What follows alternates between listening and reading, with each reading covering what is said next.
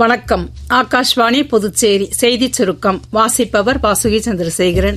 குடியரசுத் தலைவர் திருமதி திரௌபதி முர்மு 2 நாள் அரசுமுறை பயணமாக இன்று ஜார்க்கண்ட் மாநிலம் செல்கிறார்.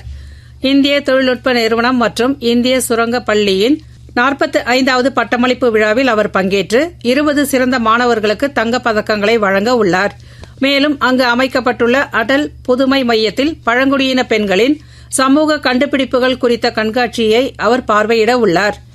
தொழில்நுட்ப நிறுவனத்தின் 100ஆண்டு நிறைவு விழாவை நினைவு கூறும் வகையில் அஞ்சல் தலையையும் அவர் வெளியிட உள்ளார்.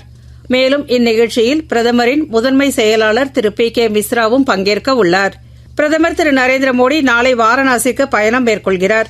இப்பயணத்தின் போது PM கிசான் திட்டத்தின் கீழ் விவசாயிகளுக்கான 20வது தவணை நிதி உதவியாக மொத்தம் 20,500 கோடி ரூபாய் வழங்கும் பணிகளை தொடக்கி வைத்து வேறு பல வளர்ச்சித் திட்டங்களுக்கும் அடிக்கல் நாட்டுகிறார்.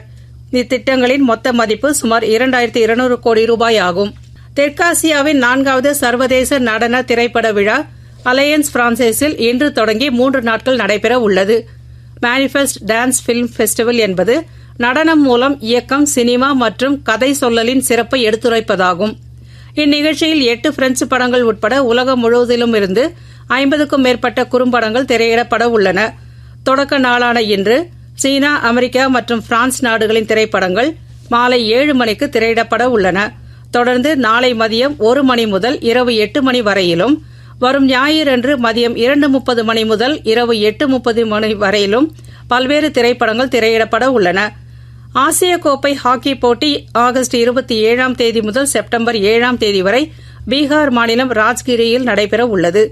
ஜூனியர் உலகக்கோப்பை ஹாக்கி போட்டி தமிழ்நாட்டில் உள்ள சென்னை, மதுரை ஆகிய நகரங்களில் வரும் நவம்பர் 28ஆம் தேதி முதல் டிசம்பர் 10ஆம் தேதி வரை நடைபெற உள்ளது. இத்துடன் இந்த செய்திச் சுருக்கம் நிறைவு பெறுகிறது.